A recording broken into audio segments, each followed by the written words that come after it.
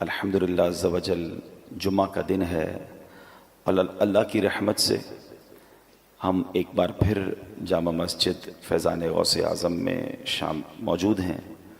اللہ کریم ہم سب کا جمع ہونا اپنی بارگاہ میں قبول فرمائے اور آج کے دن کی برکتیں ہم سب کو نصیب فرمائے۔ درود پاک پڑھتے ہوئے جائیں، اللہ کا ذکر کرتے ہوئے جائیں۔ تو ذکر و درود آپ کی زبان پر اگر جاری ہوگا تو نبی پاک نے کیا فرمایا کہ اگر یہ نہیں کریں گے تو وہ ہر برکت سے محروم و خالی ہوگی۔ چاہتے ہیں کہ برکتیں آئیں، رحمتیں آئیں، اللہ رسول کا ذکر جو ہے وہ اپنی زبان پر جاری کر دیں۔ میرے حضور کے صدقے کلام پاک میں بھی خدا نے بھیجی ہے آیت درود پاک پڑھو، دیا ہے حکم خدا نے یہ اپنے بندوں کو، پڑھو نبی پہ بکثرت درود پاک پڑھو۔ سب اولیاء و مشائخ تمام غوث و کتب یہ کر گئے ہیں نصیحت، درود پاک پڑھو۔ ایک بار محبت کے ساتھ درود پاک پڑھ لیں۔ صلو علی الحبیب صلی اللہ تعالی علی محمد صلی اللہ علیہ وسلم۔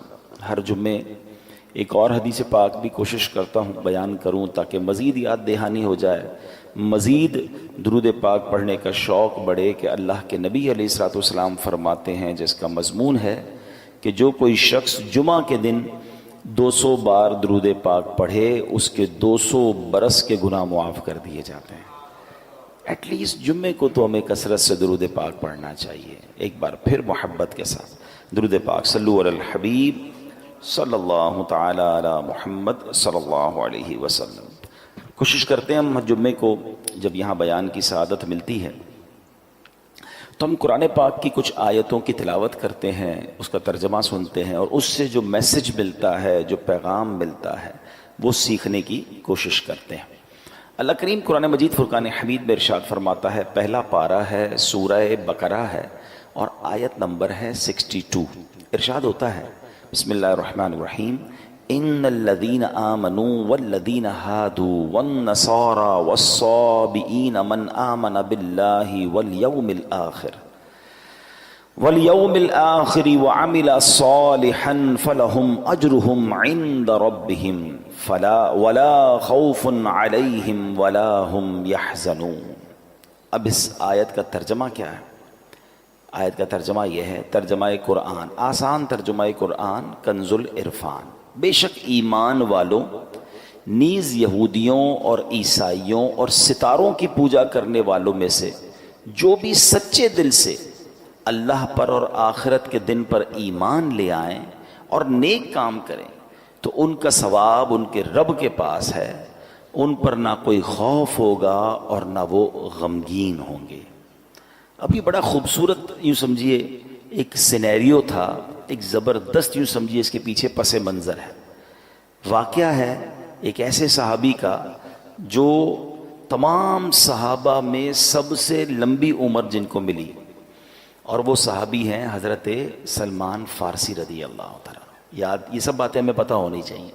250 سال کے قریب آپ کی عمر تھی، اور آپ نے جس طرح اللہ کے نبی کو تلاش کیا ہے نا، جس طرح ایمان ان کو ملا، جس طرح نبی پاک کا ساتھ ملا، جس طرح وہ پیارے آقا کے پاس پہنچے، یہ لمبی داستان ہے۔ اور یقین کریں سیدنا سلمان فارسی کی جب بھی آپ داستان پڑھتے ہیں، سنتے ہیں، تو ایمان ہونا دل میں تو دو باتوں کی اہمیت بڑھنی چاہیے۔ ایک تو ان سے پیار ہو جاتا ہے کہ کتنی اسٹرگل، کتنی محنت، اتنے سال لگا دیے نبی پاک کو تلاش کرنے میں۔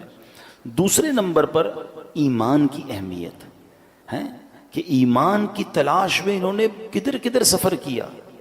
آپ کو پتہ ہے حضرت سلمان فارسی انہوں نے اپنے آپ کو غلام بنا کر بیچ دیا۔ کبھی انشاءاللہ موقع ملا تو میں تفصیلی واقعہ بیان کروں گا، میں مختصر بیان کر دیتا ہوں کہ ہوا یہ تھا کہ سیدنا سلمان فارسی رضی اللہ تعالیٰ نے بڑی لمبی عمر پائی اور آپ نے سال ہر سال حق کی تلاش کے لیے سفر کیا۔ اس زمانے میں نبی پاک دنیا میں تشریف نہیں لائے تھے، تو ان کو یہ بت پرستی اور کفر پسند نہیں تھا، یہ حق کی تلاش میں جاتے۔ تو وہاں اس زمانے میں بھی کچھ لوگ تھے جو ایمان والے تھے، راہب جس کو کہتے تھے جو بتوں کی پوجا نہیں کرتے تھے، باطل خداؤں کی عبادت نہیں کرتے تھے، کیونکہ اس زمانے میں تو عجیب معاملہ تھا نا، کوئی آگ کی پوجا کرتا تھا، کوئی ستاروں کی عبادت کرتا تھا، کوئی بتوں کی پوجا کرتا تھا. تو یہ اللہ وحدہ لا شریک کے ماننے والے تھے. تو یہ راہب ہوتے تھے جو تمام لوگوں سے دور ہو کر عبادت کرتے تھے. یہ ان کے پاس چلے جاتے، ان کے پاس بیٹھتے.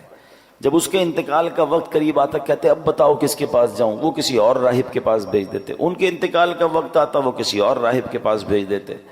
اب آخری جو راہب تھا نا، جب اس کے انتقال کا وقت آیا تو آپ نے کہا اب میں کدھر جاؤں؟ تو اس راہب نے کہا کہ اب میں دنیا میں کسی اور کو تو نہیں پاتا، ہاں اب آخری نبی کے مبعوث ہونے کا وقت ہونے والا ہے. تم ایسا کرو کہ ان کے پاس جاؤ اور ان پر ایمان لانا، ان کی خدمت میں چلے جانا. کچھ نشانیاں بتائی گئیں کہ وہ کہاں ہوں گے، تو پتہ چلا وہ مدینہ منورہ میں ہجرت کر کے آئیں گے. پیسے تھے نہیں مدینے جانے کے لیے، تو انہوں نے کیا کیا، سفر کرتے کرتے کرتے پتہ چلا کہ ایک قافلہ مدینے جا رہا ہے. قافلے والوں کو کہا مجھے مدینے لے جاؤ. کہا پیسے نہیں ہیں، ایسا کرو مجھے غلام بنا لو، میں تمہاری خدمت کرتا رہوں گا، مجھے اس بستی میں لے جاؤ. اپنے آپ کو بیچ دیا اور مدینے پہنچے. پھر بہت وہاں پر باغ میں کھجوریں اٹھاتے تھے اور محنت کرتے تھے، پانی کے ڈول اٹھاتے تھے. آپ کی کمر میں یوں سمجھے کہ بڑی تکلیفیں اٹھائیں، اور آخر کار جناب رسول اللہ صلی اللہ تعالیٰ علیہ وسلم کے پاس پہنچ گئے ہیں. گر پڑ کے یہاں پہنچا، مر مر کے اسے پایا، چھوٹے نہ الہی اب سنگے درے جانان. اب ایمان لے آئے، نبی پاک کی بارگاہ میں حاضر ہو گئے. بڑا عشق والا واقعہ ہے. لیکن اب انہوں نے نبی پاک علیہ السلام سے عرض کی کہ حضور میں جب آپ کے پاس آنے سے پہلے کئی ملک شام میں اور کئی ملکوں میں راہبوں کے پاس گیا تھا، بنی اسرائیل کے عبادت گزار تھے. تو یا رسول اللہ ان کا جب ذکر کیا تو نبی پاک علیہ السلام نے فرمایا کہ اے سلمان ان کا خاتمہ دین مصطفیٰ پر نہیں ہوا. پھر یہ قرآن پاک کی آیت نازل ہوئی. یعنی یہ جو میں نے آیت پڑھی نا، یہ ایکچولی ان راہبوں کے لیے نازل ہوئی. اب دوبارہ اس آیت کو سنیں. اللہ نے کیا فرمایا، ان الذین آمنوا والذین ہادوا والنصارى والصابئین من آمن باللہ والیوم الآخر وعمل صالحا فلہم اجرہم عند ربہم ولا خوف علیہم ولا ہم یحزنون. بے شک ایمان والوں نیز یہودیوں اور عیسائیوں اور ستاروں کی پوجا کرنے والوں میں سے جو بھی سچے دل سے اللہ پر اور آخرت کے دن پر ایمان لے آئیں اور نیک کام کریں تو ان کا ثواب ان کے رب کے پاس ہے. ان پر نہ کچھ کوئی خوف ہوگا اور نہ وہ غمگین ہوں گے. یہ آیت کریمہ جب نازل ہوئی تو نبی پاک نے فرمایا اے سلمان یہ آیت ان راہبوں سے متعلق ہے، ان میں سے وہ جو حضرت عیسیٰ پر ایمان رکھتے تھے اور ان تک میرا پیغام نہیں پہنچا وہ تو خیر میں ہے، مگر جنہوں نے میرا نام پاک سنا مگر پھر مجھ پر ایمان نہ لائے وہ ہلاک ہو گئے. اے میرے پیارے اسلامی بھائیوں، معلوم کیا ہوا، اس آیت سے میسج کیا مل رہا ہے کہ مکی مدنی مصطفیٰ صلی اللہ علیہ وسلم جب دنیا میں تشریف لے آئے نا، اس کے بعد سے قیامت تک کوئی بھی دین، کوئی بھی ہدایت، کوئی بھی نظریہ قابل قبول نہیں ہے. صرف اور صرف دین مصطفیٰ صلی اللہ تعالیٰ علیہ وسلم ہی راہ نجات ہے. مومن ان کا کیا ہوا، اللہ اس کا ہو گیا. نبی پاک کے دامن کے علاوہ پیارے آقا کی جو کہیں کہ ان کے فٹ اسٹیپ، ان کے نقش قدم، ان کے بتائے ہوئے طریقے کے علاوہ کوئی طریقہ درست نہیں، کیونکہ جو ان کے دامن سے وابستہ ہوگا وہ اللہ کریم کی رحمت کا حقدار ہوگا. کیا خوبصورت بات. اعلیٰ حضرت امام اہل سنت لکھتے ہیں مومن ان کا کیا ہوا، اللہ اس کا ہو گیا. کافر ان سے کیا پھرا، اللہ ہی سے پھر گیا. وہ کہ اس در کا ہوا، خلق خدا اس کی ہوئی. وہ کہ اس در سے پھرا، اللہ اس سے پھر گیا. اے میرے پیارے اسلامی بھائیوں، یہ ہمیں بات سمجھنی ہے. اس آیت کریمہ سے واضح طور پر معلوم ہو گیا کوئی بنی اسرائیل سے تعلق رکھتا ہو، کوئی تورات کا ماننے کا دعویٰ کرتا ہو، کوئی انجیل پر ایمان رکھنے کا دعویٰ کرتا ہو، غرض کوئی کیسے بلند دعویٰ کیوں نہ کرتا ہو، نجات کس کو ملنی ہے، نجات کی راہ کون سی ہے، وہ دین محمدی یعنی دین اسلام ہے. اس کے سوا نجات کا راستہ نہیں. اللہ قرآن مجید میں ارشاد فرماتا ہے وَمَن يَبْتَغِ غَيْرَ الْإِسْلَامِ دِينًا فَلَن يُقْبَلُ مِنْهُ وَهُوَ فِي الْآخِرَةِ مِنَ الْخَاسِرِينَ. اور جو کوئی اسلام کے علاوہ کوئی اور دین چاہے گا تو وہ اس سے ہرگز قبول نہ کیا جائے گا اور وہ آخرت میں نقصان اٹھانے والوں میں سے ہوگا. اے میرے پیارے اسلامی بھائیوں، اب واقعہ سنیے گا. مشہور صحابی حضرت ابو ہریرہ رضی اللہ تعالیٰ عنہ، ان سے روایت ہے کہ نبی پاک علیہ الصلوۃ والسلام نے فرمایا روز قیامت اللہ کی بارگاہ میں اعمال پیش ہوں گے، یعنی اعمال بھی اللہ کی بارگاہ، ہم تو پیش ہوں گے، اعمال بھی پیش ہوں گے. نماز عرض کرے گی اے اللہ پاک میں نماز ہوں، ارشاد ہوگا تم بھلائی پر ہو. پھر صدقہ حاضر ہوگا، اے اللہ میں صدقہ ہوں، ارشاد ہوگا تم بھلائی پر ہو. روزے حاضر ہوں گے، یا اللہ میں روزہ ہوں، ارشاد ہوگا تم بھلائی پر ہو. اس طرح اعمال پیش ہوتے رہیں گے، آخر میں اسلام پیش ہوگا اور اللہ کی بارگاہ میں عرض کرے گا یا ربی انت السلام و انا الاسلام، اے اللہ تیرا پاک نام سلام ہے اور میں اسلام ہوں. ارشاد فرمائے گا انک علی خیر بک الیوم آخذ و بک اعطی، بے شک تو بھلائی پر ہے اے اسلام، آج جس کی بھی پکڑ ہوگی تیری ہی سبب سے ہوگی، یعنی جس نے تیرا انکار کیا ہوگا اس کی پکڑ ہوگی، اور جس کو جو عطا ہوگا وہ تیری ہی بدولت ہوگا. اس کا مطلب جس نے اسلام تھاما ہوگا وہ بخشا جائے گا، اور جو اسلام کا انکاری ہوگا وہ قیامت کے دن مارا جائے گا، پکڑا جائے گا. میرا یہ بیان چونکہ پوری دنیا میں سنا جاتا ہے، ابھی بھی سن رہے ہوتے ہیں، بعد میں بھی لوگ سنتے ہیں. اگر میرا کوئی ایسا ویور ہے جو مسلمان نہیں ہے، جو اللہ کو، اس کے حبیب علیہ الصلوۃ والسلام کو ماننے والا نہیں ہے، آج قرآن کی آیتوں کے ذریعے میں آپ سے عرض کر رہا ہوں ایک ہی دین جو اللہ کی بارگاہ میں مقبول ہے، نبی پاک کے آنے کے بعد اب کوئی راہ نجات نہیں ہے، آپ اسلام میں داخل ہو جائیں. اللہ آپ کو اسلام پر استقامت دے. ہم جو ایمان والے، اللہ ہمیں بھی ایمان پر استقامت دے، کہ ایمان ہی راہ نجات ہے. اب ذرا سنیے گا، کچھ لوگ آج بھی، اب اصل پرابلم یہ کہ علم تو ہے نہیں، سب دیکھنا ہے، سب پڑھنا ہے، سب کی جناب اندر جانا ہے، یہ ہمارا کام نہیں ہے. حضرت موسیٰ علیہ الصلوۃ والسلام پر کون سی کتاب نازل ہوئی تھی؟ تورات شریف. ٹھیک ہے، کس کی بات کر رہا ہوں؟ حضرت فاروق اعظم، حضرت عمر فاروق. کیسی ہستی ہیں جن کے بارے میں نبی پاک فرماتے میرے بعد اگر کوئی نبی ہوتا تو عمر ہوتا. ان کا واقعہ سنیے. ایک بار نبی پاک کا دربار تھا، حضرت عمر آئے، ہاتھ میں تورات شریف تھی. حضرت عمر نے نبی پاک کے پاس بیٹھ کر تورات پڑھنا شروع کر دی. توجہ پیارے آقا علیہ الصلوۃ والسلام کی طرف نہیں گئی، بلکہ تورات پڑھنا شروع کی. جیسے جیسے آپ تورات پڑھتے جاتے تھے نا، میرے آقا کے چہرے کا رنگ بدلتا گیا. جلال شریف، نبی پاک کے چہرے پر جلال کی وجہ سے رنگ بدلتا گیا. حضرت ابوبکر صدیق نے حضرت عمر کو روکا، اے عمر نبی پاک کا چہرہ تو دیکھو، پیارے آقا کے چہرے کو تو دیکھو. حضرت عمر نے جیسے ہی نبی پاک کے چہرے کی طرف دیکھا تو جلال کی کیفیت، فوراً تورات شریف بند کیا، نبی پاک سے معافی کے طلبگار ہوئے. اب سنو اللہ کے حبیب علیہ الصلوۃ والسلام نے کیا فرمایا. فرمایا اس ذات کی قسم جس کے قبضہ قدرت میں میری جان ہے، اگر حضرت موسیٰ بھی خود ظاہری زندگی کے ساتھ دوبارہ دنیا میں تشریف لے آئیں، تم مجھے چھوڑ کر ان کی پیروی کرو گے تو سیدھے راستے سے بھٹک جاؤ گے. اگر اب حضرت موسیٰ ظاہری زندگی کے طور پر واپس آ جائیں تو وہ بھی ضرور میری ہی پیروی اختیار کریں گے. یہ کیسا پیغام ہے، یہ کیسا میسج تھا. اللہ اکبر، کیا خوبصورت بات. اعلیٰ حضرت لکھتے ہیں نا، خلق سے اولیاء، اولیاء سے رسول، اور رسولوں سے اعلیٰ ہمارا نبی. ملک کونین میں انبیاء تاجدار، تاجداروں کا آقا ہمارا نبی. اب اس واقعے سے مجھے اور آپ کو کیا سیکھنا ہے؟ تورات شریف تو آسمانی کتاب ہے نا، ایک عرصے تک تو معیار ہدایت یہی کتاب رہی، صدیوں تک اس پر عمل کرنے والے نجات پاتے رہے. وہ بلند شان والی کتاب ہے جس پر عمل کر کے اونچے مقامات لوگ پایا کرتے تھے، جس پر عمل کی برکت سے بنی اسرائیل فتح پاتے تھے، اللہ پاک کی رحمتوں کے حقدار بنتے تھے. تو جس تورات کو پڑھنا بھی ثواب تھا، جس کو دیکھنا بھی ثواب تھا.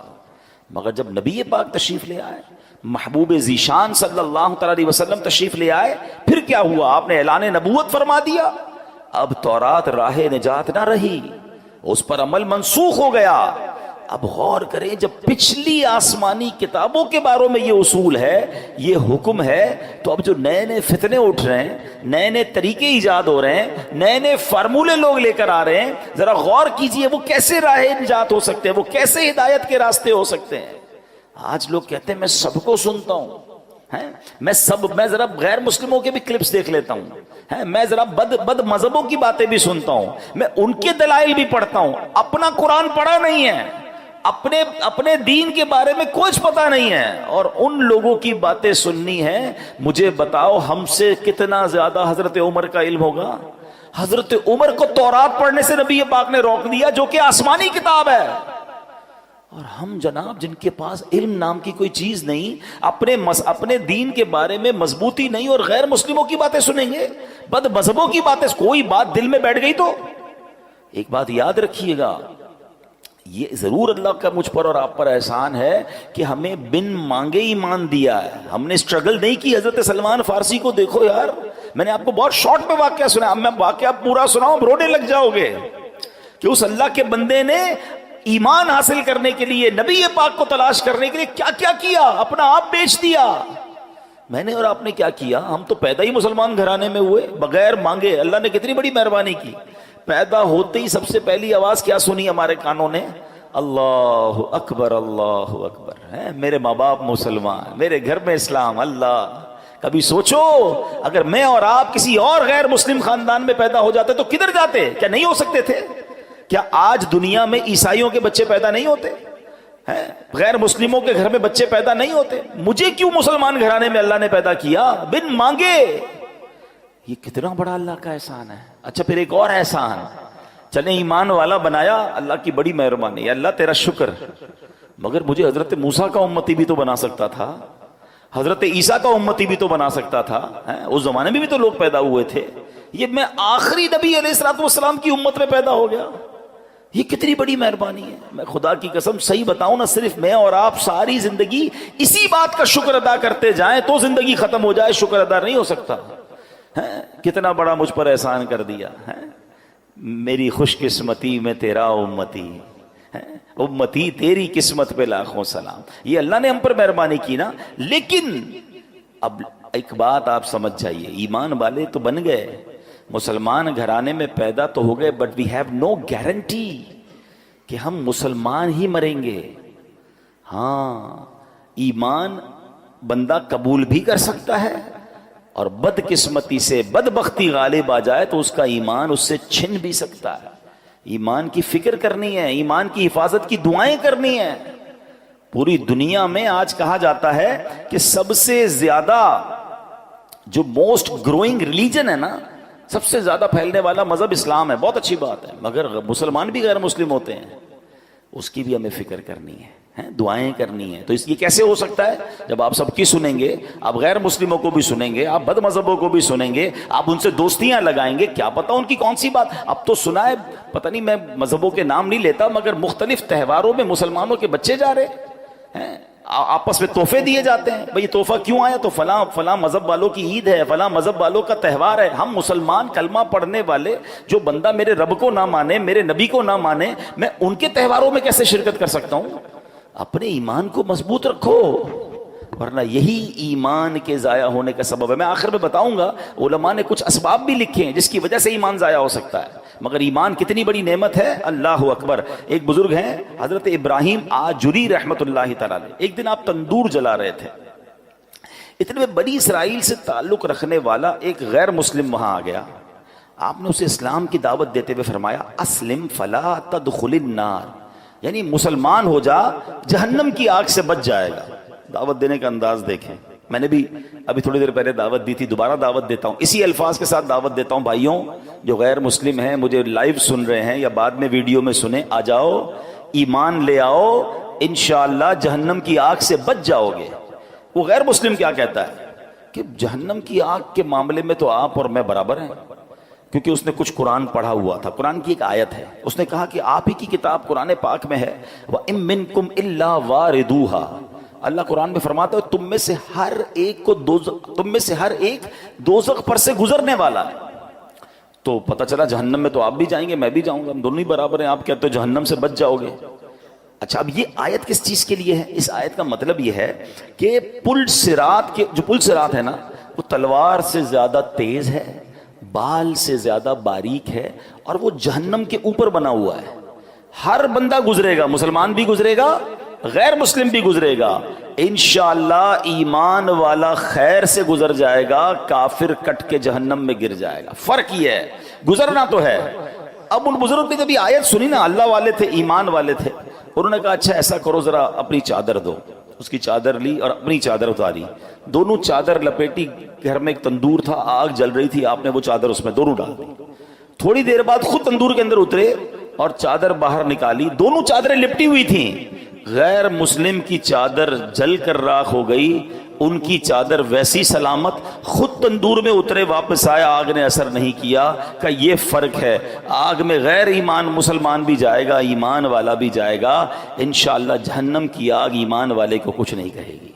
یہ دیکھنا تھا وہ غیر مسلم کلمہ پڑھ کر مسلمان ہو گیا، تو یہ فرق ہے، ایمان ہوا انشاءاللہ، انشاءاللہ ایمان سلامت لے کر جانا ہے نا۔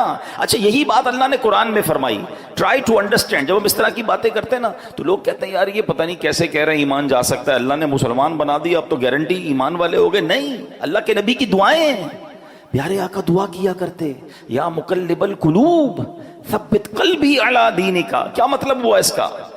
دلوں کو پھیرنے والے میرے دل کو اپنے دین پر ثابت قدمی عطا فرما۔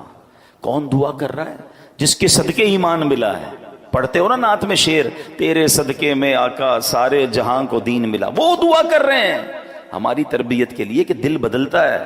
اے اللہ دل سلامت رکھیو، ایمان لے کر جانا ہے۔ اچھا قرآن میں رب نے فرمایا نا، یا ایھا الذین آمنوا اتقوا اللہ حق تقاتہ ولا تموتن الا وانتم مسلمون۔ اے ایمان والو اللہ سے ڈرو جیسا ڈرنے کا حق ہے، اور نہیں مرنا مگر مسلمان، یعنی ایمان لے کر مرنا، کہیں غیر مسلم مت مر جانا۔ قرآن کا یہ پیغام بتا رہا ہے کہ ایمان والا بھی بے ایمان ہو سکتا ہے، ایمان والے کا بھی ایمان چھن سکتا ہے۔ تو اے میرے پیارے اسلامی بھائیوں، آج سمجھنا یہ ہے کہ اپنے ایمان کی حفاظت کرنی ہے۔ ایمان ہے تو سب کچھ ہے۔ نبی پاک کی راہ کے علاوہ، پیارے آقا کے طریقے کے علاوہ کوئی طریقہ نہیں جو راہ نجات ہو۔ ادھر ادھر لیفٹ رائٹ نہیں جانا ہے، اپنے ایمان پر، اپنے دین سے محبت بھی کریں۔ انفارچونیٹلی ایسا بھی ہو گیا جو خاص طور پہ غیر مسلموں ملکوں میں رہتے ہیں، یہ جناب بہت زیادہ ایلیٹ کلاس ماڈرن طبقے میں جانا آنا ہے، ہمیں بھی پتا ہے، وہ ادھر جا کے اپنے آپ کو مسلمان کہتے ہوئے شرما رہے ہوتے ہیں، اپنے اسلامی طریقوں پر عمل کرتے ہوئے شرما رہے ہوتے ہیں۔ اچھا ادھر سے کوئی اٹیک ہو اسلام کے اوپر، اسلام کے طریقے پر، تو خود ہی ان کی باتوں میں ہاں میں ہاں ملا رہے ہوتے ہیں، ہاں جناب یہ کچھ بات مجھے بھی سمجھ نہیں آتی۔ تف ہے تم پر، اپنے ایمان، اپنے قرآنی حکم پر، نبی پاک کے طریقے پر آپ خود ڈگمگا رہے ہو۔ ارے دنیا کے کسی میدان میں جائیں، ڈنکے کی چوٹ پہ کہیں میں مسلمان ہوں، میں اپنے نبی کا امتی ہوں، اور جو قرآن و حدیث میں سب پر میرا ایمان ہے۔ یہ آدھا مسلمان کون سا ہوتا ہے؟ اسلام میں پورے داخل ہونا ہے اور اس پہ فخر کرنا ہے، اس پہ شرمانا نہیں، اور یہ ایمان مضبوط ہونے کی دلیل ہے۔ وہی پرابلم ہے نا، صحبتیں ایسی ہیں، دوست ایسے ہیں، باتیں ایسی ہیں کہ سن کر ان سے پیار ہو جاتا ہے، اسلام سے نفرت ہو جاتی ہے۔ اسلام کے کچھ اب دیکھیں نا، بہت سارے لوگ نکلے کہتے ہیں پردے کی کوئی ضرورت نہیں ہے، عورت کو جناب کس نے کہا؟ بھائی قرآن نے کہا پردہ ہونا چاہیے، نبی پاک نے کہا پردہ ہونا چاہیے، لوگ کہہ رہے نہیں عورت کی آزادی، میرا جسم میری مرضی۔ یہ کیا ہے؟ یہ آہستہ آہستہ، ہم نہیں کہتے عورتوں کے ساتھ ظلم، اسلام جتنا عورتوں کے حقوق بیان کرتا ہے دنیا میں کون بیان کرتا ہے؟ ماں کے قدموں تلے جنت ہے، بہن کے حقوق بیان کیے، بیوی کے حقوق بیان کیے، بلکہ نبی پاک نے تو یہاں تک فرمایا تم میں بہترین وہ ہے جو اپنی گھر کی عورتوں کے ساتھ بہترین ہے۔ اس سے زیادہ کون سا مذہب عورتوں کے حقوق بیان کرتا ہے کہ ہمیں کہتے ہیں عورتوں کے ساتھ اچھے سلوک کرنا ہے، اسلام سکھاتا ہے۔ مگر یہاں یہ پرابلم نہیں ہے، یہاں ایکچولی آہستہ آہستہ اسلام دل سے نکالنا ہے، قرآن دل سے نکالنا ہے، حدیث۔ یہ ایک بات نہیں ہے، ایسی بہت ساری باتیں آئیں گی، آپ پڑھتے جائیں۔ یہ کچھ آتے ہیں دانشور کے نام پر جو ٹی وی پہ آئیں گے، سوشل میڈیا پہ آئیں گے اور آپ کو سمجھائیں گے کہ قرآن کی یہ بات ٹھیک نہیں ہے، اس پہ عمل نہیں کرنا چاہیے، اس کا مطلب تو کچھ اور ہے، یہ پلاننگز ہیں۔ اور قرآن نے کیا کہا کہ اللہ اور اس کے رسول کے پر جو ایمان لائے گا، اللہ پر جو ایمان لائے گا وہی نجات پانا ہے، اس کے علاوہ نجات نہیں ہے۔ اے میرے پیارے اسلامی بھائیوں، اگر ہمیں بچنا ہے جہنم کی آگ سے، ہمیں بچنا ہے آخرت کے عذاب سے، تو اپنے ایمان کی حفاظت کرنی ہے۔ ایک بار نبی پاک علیہ الصلوۃ والسلام، دیکھیں پیارے آقا کی کیا شان، اس زمانے میں نبی پاک نے سمجھایا، ایسا لگتا ہے یہ آج کے لیے کیسی پیاری بات ہے۔ پیارے آقا نے ایک سیدھی لکیر کھینچی، پھر ایک رائٹ سائڈ پہ لکیر کھینچی اور پھر لیفٹ سائڈ پہ خط لکیریں بنائیں اور پھر درمیان والی لکیر پر ہاتھ رکھ کر کیا فرمایا؟ دائیں بائیں والی لکیروں پر فرمایا ہادہی سبل الشیطان، یہ شیطان کے راستے ہیں، اور درمیان والی لکیر پر فرمایا وَأَنَّ هَذِي صِرَاطِي مُسْتَقِيمًا فَاتَّبِعُوهُ، اور یہ کہ یہ میرا سیدھا راستہ ہے تو اس پر چلو۔ قرآن کی آیت تلاوت کر کے سمجھایا کہ سیدھا راستہ اللہ اور اس کے رسول کا راستہ ہے، دائیں بائیں یہ عجیب عجیب راستے آتے رہیں گے جس سے اپنا ایمان بچانا ہے۔ سیدی اعلیٰ حضرت نے تو بہت پہلے لکھا تھا، فرماتے ہیں جان دے دو وعدہ دیدار پر، نقد اپنا دام ہو ہی جائے گا، سائلوں دامن سخی کا تھام لو، کچھ نہ کچھ انعام ہو ہی جائے گا، مفلسون کی گلی میں جا پڑو، باغ خلد اکرام ہو ہی جائے گا۔ اور فرمایا سونا جنگل رات اندھیری چھائی بدلی کالی ہے، سونے والو جاگتے رہیو چوروں کی رکھوالی ہے۔ یعنی دین سکھانے کے نام پر لوگ آ کر ایمان پر حملے کر رہے ہوتے ہیں۔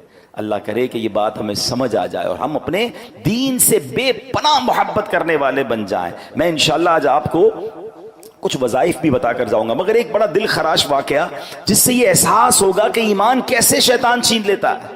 امام ابو محمد رحمت اللہ تعالی علیہ فرماتے 3 عبادت گزار لوگ تھے، زاہد تھے، حج پر گئے اور جاتے جاتے راستے میں غیر مسلموں کی بستی میں قیام کیا۔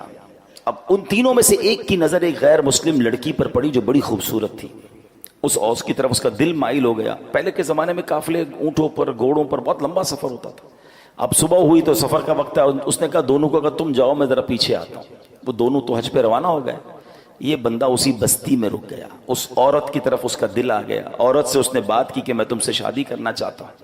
تو عورت نے کہا کہ میرے والد سے بات کرو، والد کے پاس گیا، والد نے کہا اس کا مہر دو۔ کہا مہر کیا ہے؟ کہا مہر بہت بھاری ہے۔ کہا بتائیے میں مہر دے دوں گا۔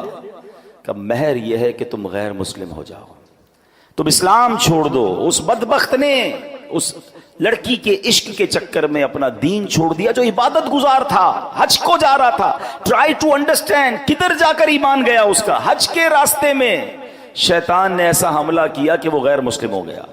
اچھا وہ شادی بھی ہو گئی، اب وہ دوست حج کر کے واپس اسی راستے سے آئے کہ وہ دوست کدھر رہ گیا، حج پہ ہی نہیں آیا۔ واپس آئے ڈھونڈتے ڈھونڈتے پتا چلا کہ وہ بندہ تو غیر مسلم ہو گیا تھا، مگر اس دوران اس کا انتقال بھی ہو گیا، یعنی بے ایمانی کی موت مرا۔ اس کی بیوی کو تلاش کیا، بیوی کو کہا قبر تو دکھاؤ، قبر پر گئے، وہاں دیکھا تو 2 بچے بھی تھے، اس کی بیوی تھی، سب رو رہے تھے۔ تو بیوی سے جب داستان سنی تو یہ بھی 2 دوست تھے، رونے لگے کہ ایسا ہو گیا، اس کا ایمان ہی چلا گیا، بے ایمان مر گیا۔ عورت نے پتہ کیا بتایا؟ تو عورت نے کہا آپ کیوں رو رہے ہیں؟ کہا ہم اس کی عبادت کے گواہ ہیں، اس کے زہد اور تقوی کے گواہ ہیں، یہ بڑا نیک تھا، بڑا عبادت گزار تھا، ہمیں افسوس یہ اس کا ایمان چلا گیا۔ اللہ کی شان دیکھو، جب اس عورت نے اپنے سابقہ شوہر کی عبادت و تقوی کے بارے میں سنا، وہ عورت کلمہ پڑھ کر مسلمان ہو گئی۔ ہائے ہائے ہائے، یہ اللہ کی خفیہ تدبیر ہے کہ جس عورت کی وجہ سے اس نے ایمان ختم کیا وہ عورت مسلمان ہو گئی، مگر اس عبادت گزار کا خاتمہ ایمان پر نہیں ہوا۔ ہم اللہ سے آج جمعے کے دن اس کے گھر میں بیٹھ کر دعا کرتے ہیں، اللہ ہمارے ایمان کی حفاظت رکھنا، اے اللہ ہمیں مرتے وقت کلمہ نصیب فرما، ہمیں برے خاتمے سے بچا، اے اللہ جب قبر میں جائیں اللہ ایمان سلامت لے کر جائیں۔ یہ دعائیں کرتے رہیں، مال سلامت رہے، کاروبار سلامت رہے، بچے سلامت رہے، پتہ نہیں کتنی دعائیں کرتے ہیں۔ میں نہیں کہتا نہ کرو، مگر ایمان کی بھی تو دعا کرو نا، سب سے بڑھ کر تو ایمان ہے، وہ ہماری دعاؤں میں ہی نہیں ہے۔ اب آخر میں آئیے، ایمان سلب ہونے والے وہ کچھ کام جس کی وجہ سے ایمان سلب ہو سکتا ہے، وہ کیا ہے؟ حضرت بعض علماء فرماتے ہیں برے خاتمے کے 4 بڑے اسباب ہیں۔ نمبر 1، نماز میں سستی۔ پلیز نماز نہ چھوڑا کریں۔ جمعہ میں آج اس مسجد میں دوسرا جمعہ ہو رہا ہے، روڈ پہ پبلک ہوتی ہے، بڑی اچھی بات ہے، مگر پلیز باقی نمازیں بھی پڑھیں۔ ہم صرف جمعے کے لیے، ہم پر جمعہ فرض نہیں ہے۔ یہ نماز میں سستی یہ ایمان چھن جانے کا سبب ہے۔ دوسرے نمبر پر فرمایا شراب نوشی، خدا کے واسطے شراب کے قریب بھی نہ جائیں۔ تیسرے نمبر پر والدین کی نافرمانی، خدا کے واسطے اپنے ماں باپ کی عزت کریں، پیار کریں، ان سے محبت کریں، ان کی رسپیکٹ کریں، ان کا دل نہ دکھاؤ۔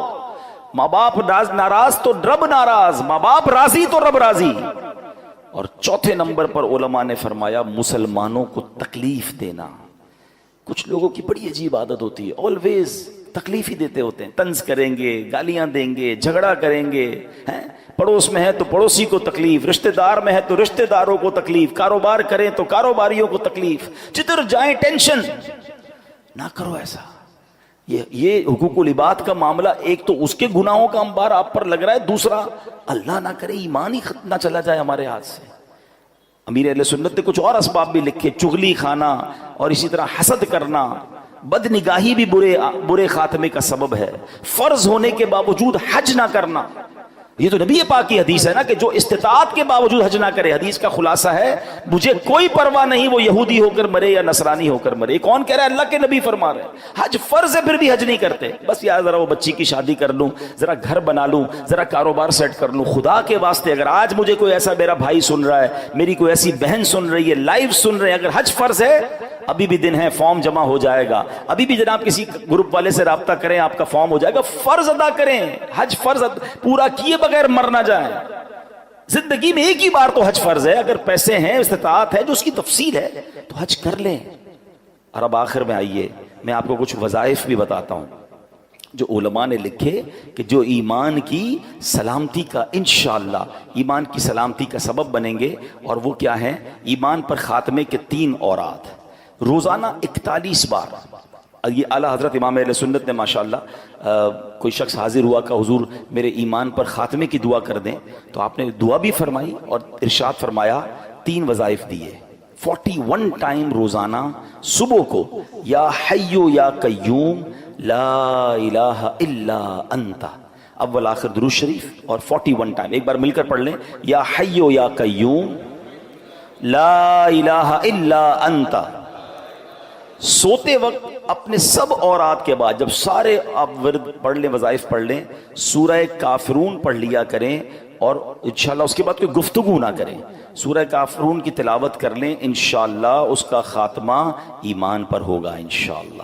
اچھا, پھر 3 بار صبح و شام ایک اور دعا ہے جس کا ورد کرنا ہے, اللہم انا نعوذ بک من ان نشرک بک شیئا نعلمہ ونستغفرک لما لا نعلم. انشاءاللہ یہ بھی پڑھیں گے تو اللہ نے چاہا ایمان پر خاتمہ ہوگا. اور بار بار کلمہ پاک پڑھتے رہا کریں.